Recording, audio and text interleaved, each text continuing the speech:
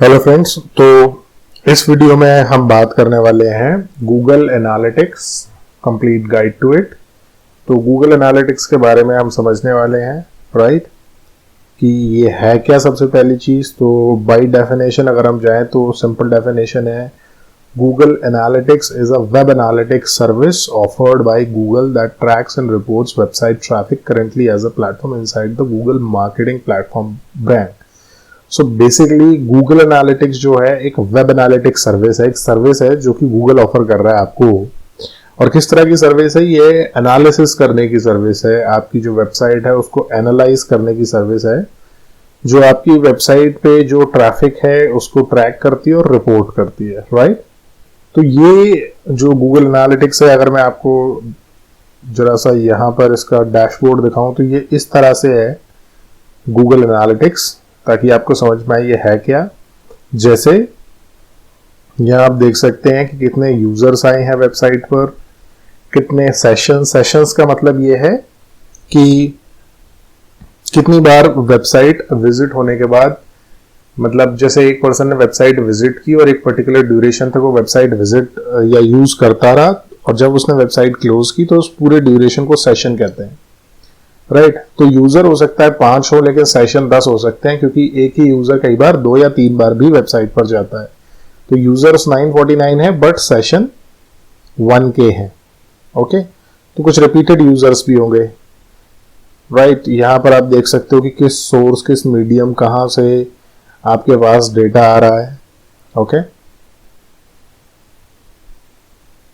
Active users, तो इसमें बहुत सारी चीजें हैं जो आप इसमें देख सकते हो कि किस डिवाइस के थ्रू, किस कंट्री से। और यहाँ पर लेफ्ट में जो पैनल है यहाँ बड़ी सारी चीज़ें आप देख सकते हो। ये 5 तरह की इसमें रिपोर्ट होती हैं। रियल टाइम, मतलब रियल टाइम में, करंट में किस तरह का ट्रैफिक है, क्या है, वो आप देख सकते हो। ऑडियंस वाइज देख सकते हो। फिर उनके अंदर भी बहुत सारी रिपोर्ट्स हैं अगर आप देखो तो। इस तरह से 100 से ज़्यादा रिपोर्ट इसमें है, लेकिन आपको बेसिक 10 से 15 रिपोर्ट आपको जाननी है जो सबसे इंपॉर्टेंट है, वो हम इस कोर्स में आपको सिखाएंगे, ओके। बट अभी सिर्फ आपको जस्ट एक ये आइडिया दिखाना था कि ये जो गूगल एनालिटिक्स है वो दिखने में कैसा होता है, ओके। तो दिखने में इस तरीके का है। जो फर्स्ट इसका डैशबोर्ड है, इसके बाद इसमें बहुत सारी चीजें हैं जो हम करने वाले, ओके। बहुत सारी चीजें हम इसमें समझने वाले। वापस जाते हैं तो आपको थोड़ा सा आइडिया लग गया होगा व्हाट इट इज। बाकी हम आगे के वीडियोस में इसको पूरा समझेंगे व्हाट इट इज, कैसे यूज करना है, okay. Question is how will it help me, कि भाई ये मेरा फायदा क्या करेगा, मेरी इससे क्या मदद होगी। तो सबसे पहली चीज है, it will help you in understanding and analysing the best performing. तो सबसे पहले तो ये आपको समझने में, एनालाइज करने में मदद करेगा कि आपकी साइट पर जो भी बेस्ट परफॉर्मिंग है। बेस्ट परफॉर्मिंग का मतलब बेस्ट परफॉर्मिंग पेज कौन सा है, बेस्ट परफॉर्मिंग कंट्री कौन सी है, किस कंट्री से, किस सिटी से सबसे ज्यादा लोग आपके पास आते हैं, किस मोबाइल डिवाइस को लोग सबसे ज्यादा यूज करते हैं, किस पेज को सबसे ज्यादा विजिट करते हैं आपकी वेबसाइट के। तो जो भी बेस्ट है आपकी साइट में, और जो भी बेस्ट आपकी साइट पर परफॉर्म कर रहा है in terms of your audience, जैसे कि लोकेशन हो गई, उसके अलावा मान लीजिए किस एज ग्रुप के आते हैं, किस जेंडर के आते हैं, तो उससे क्या होगा, आप ये सारा जो डेटा मिलेगा उससे एक चीज ये है कि you can plan better content in website strategy.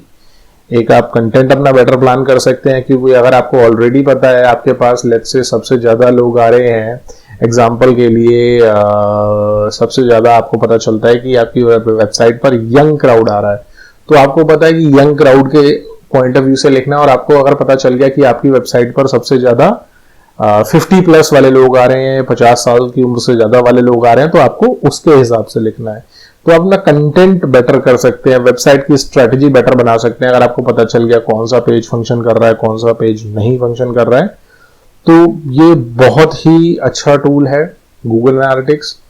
आपको एक तो अंडरस्टैंडिंग और एनालिसिस तो आप कर ही पाएंगे, साथ के साथ फिर उससे इंप्लीमेंट कर पाएंगे। और तीसरी जो सबसे बड़ी चीज है, get the most out of your ads and lowest cost. Basically जब भी आप कोई एड रन करते हैं, चाहे वो गूगल एड हो, फेसबुक एड है, सबसे इंपॉर्टेंट एस्पेक्ट किसी भी एडवर्टीजमेंट का ये होता है कि आप ऑडियंस कैसे सेलेक्ट करते हैं, कैसे आप डिसाइड करते हैं कि भी मुझे ये ऐड ए को दिखाना है या बी को दिखाना है, या ए मोबाइल पर दिखाना है या बी मोबाइल पर दिखाना है, या ए लोकेशन में दिखाना है या बी लोकेशन में दिखाना है।